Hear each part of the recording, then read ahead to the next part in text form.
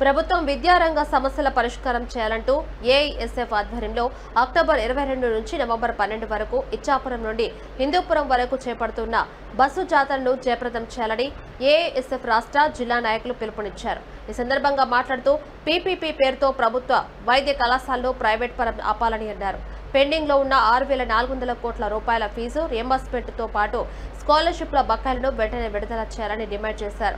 ఇప్పటి వరకు మూసివేసిన ప్రభుత్వ పాఠశాలలు, వసతి గృహాలను తెరిపించాలని, గిరిజన విద్యార్థుల మరణాలకు ప్రభుత్వమే బాధ్యత వహించాలని కోరారు.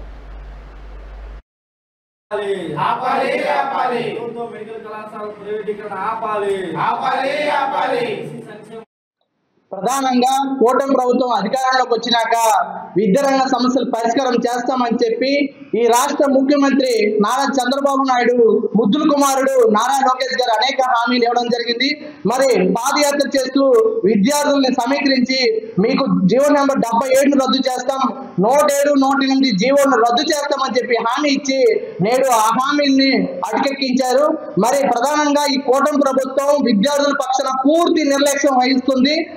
జిల్లాలో శ్రీకాకుళం జిల్లాలో విపరీతంగా ప్రైవేట్ విద్యా సంస్థలు విచ్చలవిడిగా ఫీజు దోపిడీలు చేస్తున్నా సరే ఈ కూటమి ప్రభుత్వం పట్టించుకోకుండా కేవలం కార్పొరేటర్లకి పెంచి పోషించడానికి మాత్రమే కూటమి ప్రభుత్వం అధికారంలోకి వచ్చింది.